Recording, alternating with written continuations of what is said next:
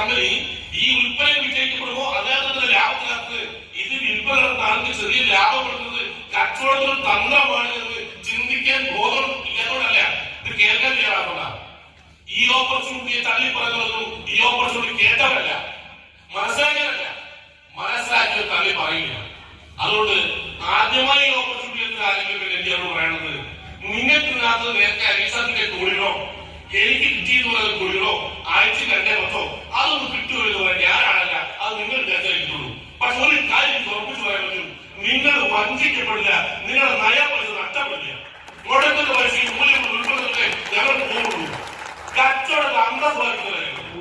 മുടക്കുന്ന പൈസയ്ക്ക് ഉൽപ്പന്നം ഞങ്ങൾ തിരിച്ചു പോകുള്ളൂ. ഇനി ഈ ഉൽപ്പന്നം ആദ്യമായി നിങ്ങൾ വാങ്ങുന്നത് ഞങ്ങളുടെ മുഖത്തില്ല, ഉൽപ്പന്നത്തിന് ഗുണമല്ല. ഈ ഉൽപ്പന്നം ഒരു പരസ്യവും നമ്മുടെ കമ്പനി കൊടുത്തില്ല.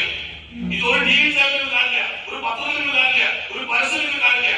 അതുകൊണ്ട് തന്നെ ഈ ഞങ്ങളുടെ മുഖങ്ങളിച്ചാൽ ആദ്യമായി ഉൽപ്പന്നം വന്നത്. പക്ഷേ